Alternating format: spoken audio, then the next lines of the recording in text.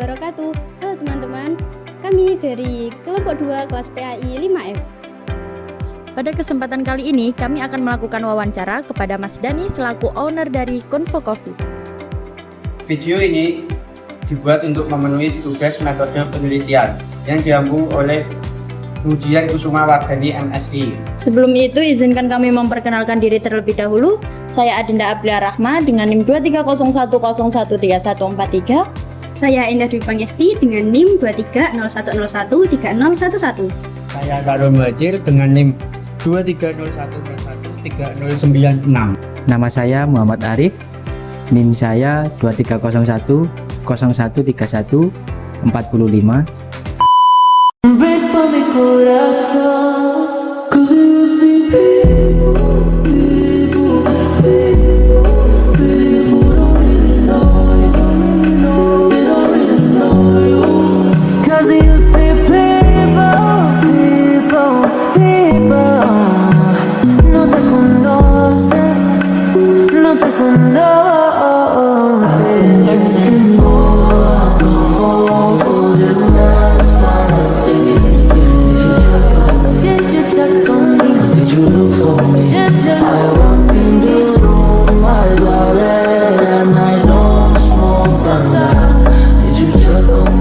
Assalamualaikum Mas, ini perkenalkan nama saya Muhammad Arif dari Universitas Wahdasnullah. Di sini saya mau mewawancarai atas nama Mas siapa? Dani. Mas Dani ya. Di sini saya akan mengajukan beberapa pertanyaan tentang wawancara produk usaha. Untuk profil usaha, apa nama brand minuman Masnya? Apa? Nama brand minuman Masnya? Brand tokonya maksudnya? Iya. Convo. Kapan usaha ini mulai dimulai? Akhir 2019. Ini udah jalan 7 tahun sampai tahun ini. Sudah jalan 7 tahun ya. Kenapa memilih membuka usaha minuman dan makanan, Mas? Sebenarnya cuma minuman aja sih dulunya. Jadi fokusnya di kopi aja.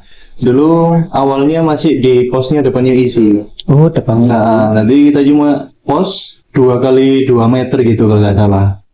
Ya itu awalnya cuma kopi aja, sama minuman non kopi gitu. Setelah pindah ke sini, baru kita nambah ke main course sama snack gitu. Jadi dulunya itu berupa stand ya, Mas? Bukan stand sih, Kayak pos gitu. kok pos.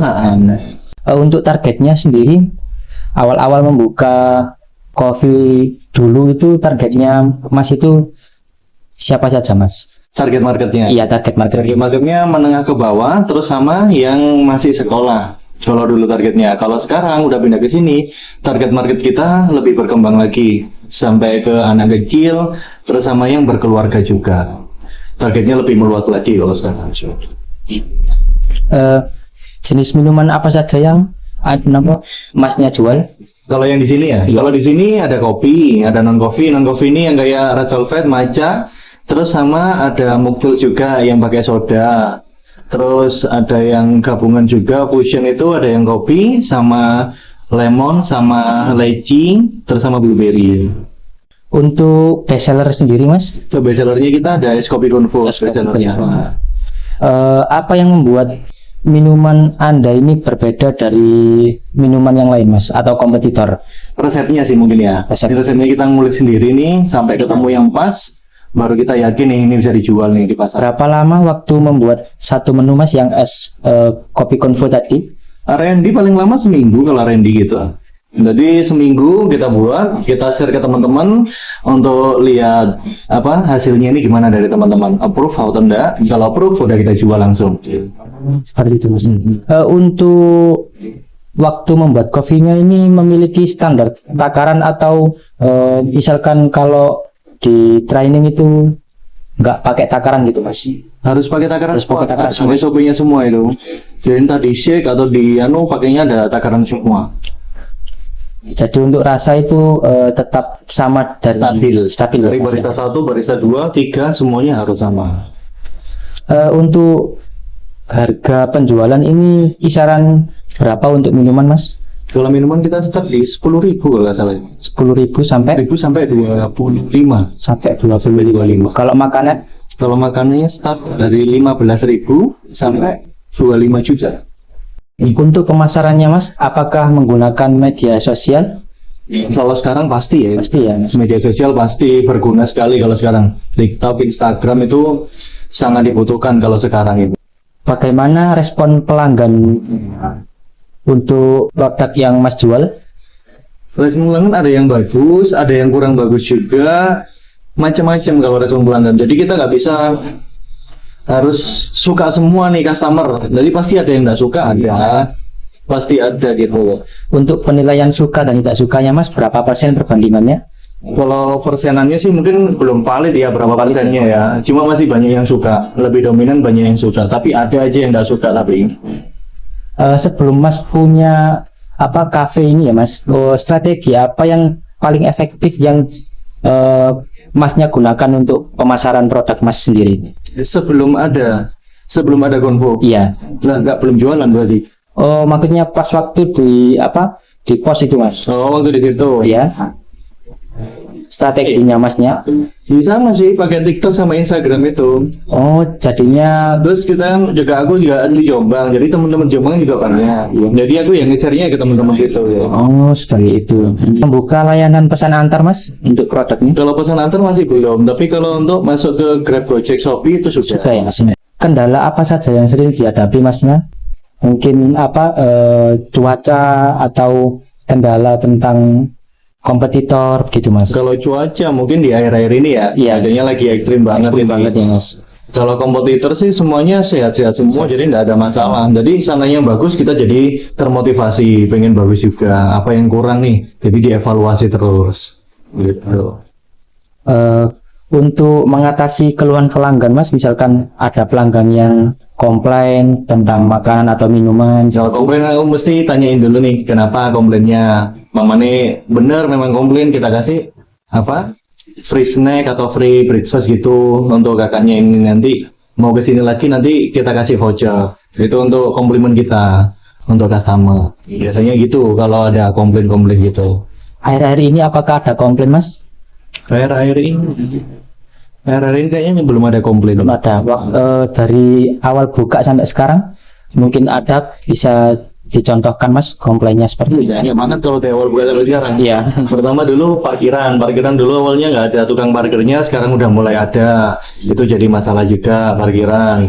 Terus yang kedua, tempat yang di belakang itu terlalu gelap, udah kita tambahin lampunya. Terus dalam masalah AC udah kita tambahin juga AC-nya. Jadi setiap ada case kita selalu evaluasi lagi nih, apa nih kurangnya, itu kita tambah-tambahin gitu. Jadi Masnya maksimal banget untuk komplain ya Mas ya. Jadi evaluasi usaha gitu ya. Kita banget dari komplainnya customer itu. Pengalaman paling berkesan selama menjalankan usaha Mas, mungkin waktu usaha kan pasti ada naik turunnya Mas, yang membuat Mas ini terus evaluasi, terus bisa membangun usaha yang lebih besar sampai sekarang ini? Krunya Mas, krunya ya, walaupun aku nggak gajian, tapi kruku semua gajian, itu udah seneng banget aku. Pokoknya anak-anaknya nggak sampai ada yang keluar, walaupun omsetnya lagi turun, pokoknya teman-teman bisa tetap gajian, udah alhamdulillah. Itu struggle terbesar itu. Jadi kru Masnya ini lebih Mas kedepankan daripada Mas sendiri ya? Betul, itu pasti itu. Untuk rencana pengembangan usaha kedepannya? Pengembangan usaha ke depannya mungkin kayak franchise atau buka di kota lain ini ya. Iya. Kalau di kota lain, kalau untuk Kunfu kayaknya masih belum. Kunfu masih tak fokuskan di Jombang aja. Coba dulu. Mungkin brand lainnya yang mau tak bawa keluar kota, kayak yang donat sama macan ini. Oh, berarti ada beberapa brand ya Mas ya? Ada beberapa brand. Jadi yang mau tak fokuskan yang dua itu tadi, yang donat sama bakminya. Tak fokuskan di luar kota. Berencana menambah outlet atau menu baru Mas? Kalau menu baru tiap bulan, insya Allah ada. Kalau outlet ini mungkin setiap tahun nanti. Aku mau mengkaji pendanaannya berapa untuk butuhnya gitu. Seperti itu. Untuk harapan ke depan usaha dalam satu ke depan Mas, punya harapan terhadap usaha sampean sendiri ini bagaimana? Usaha ke depannya? Iya. Pendapatnya, harapannya? Iya, harapannya tetap stabil, tetap bisa menghidupi orang banyak, tetap berkesan buat customer. Jadi customer yang kesini tuh dapat impact baiknya juga. Dari pas dia datang ke sini, dari menunya, dari tempatnya, terus dari suasananya. Macam Arab itu aja kalau dari customernya. Omset di Kunfu ini Mas berapa? Kalau omset di Konfu 200 sampai 300-an sebulan. Jadi tergantung dari musimnya. Musimnya Mas. Nah, kalau musim hujan gini pasti turun berapa persen. Kalau waktu liburan kuliah itu baru naik lagi. Jadi tiap bulan nih omsetnya pasti beda-beda. Jadi nggak bisa disamaratakan. Soalnya musim-musimnya pasti berbeda itu nanti. Jadi keempat itu juga menentukan banget. Terus sama kru, terus layanan itu nomor 1. Kalau untuk dunia di F&B ini, pelayanan dari kru ke customer itu nomor 1. Jangan disepelekan kalau gitu. Simple aja itu, guys. Dalam waktu membuka usaha sampai sekarang, apakah Mas pernah ada kayak keputusasaan atau ada banyak masalah tentang usaha ini gitu? Putus asa sih nggak pernah ya, soalnya aku punya tim nih. Jadi timku ini udah ada yang bagian finance, terus bagian R&D, ada bagian marketing. Jadi momennya satu pusing, semua ini masih bisa saling menguatkan. Gimana nih caranya untuk kedepannya biar tetap maju? Jadi tetap ada yang saling ngerangkul lah. Jadi nyari jalan tengah, solusinya itu gimana? Seperti itu. Untuk modal membuka kafe ini Mas? Modal ini aku jadi nggak langsung banyak bro. Jadi aku nyicil dulu dikit-dikit. Jadi bulan ini ngerjain ini, bulan depan ini, terus bulan ketiga belakang. Jadi aku nyicil nih kerjainnya. Jadi nggak langsung bro gitu. Jadi kita nabung tiap bulan tuh nabung dulu, ngerjain depan dulu, tengah, terus baru belakang. Gitu.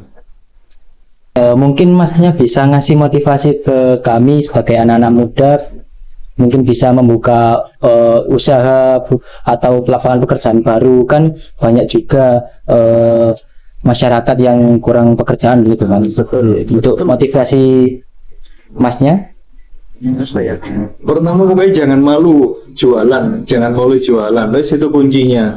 Mas. Kalau udah malu ketemu orang, udah berhenti nanti dari situ. Pokoknya nyoba jangan malu, jualan apa jual. Gitu. Mungkin cukup wawancara pada siang hari ini Mas. Terima kasih atas waktunya, terus motivasinya juga. Semoga usaha Masnya semakin lancar dan berkembang. Terima kasih Mas. Sukses juga buat adik-adik ini ya. Kuliahnya sampai lulus. Amin. Terima kasih Mas. Sekian video dari kami. 23 kucing berlari. Jangan lupa mampir ke Info setiap hari. Kucingnya ketangkap. Lari.